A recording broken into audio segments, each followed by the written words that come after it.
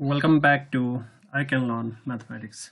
In this tutorial, you will learn how to set a frequency in your scientific calculator.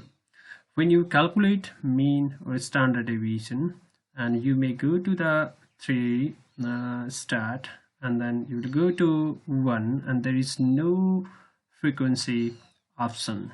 There is no option to set the frequency. In this case, you have to go to shift and mode and then press down. You will see here start 4, then you can press 4, and there are two options.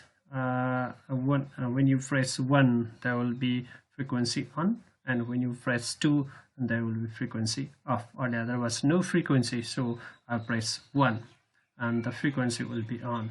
Now you may check, and when you go to mode and then go to 3 and one variance, and you can see here X and frequency, right?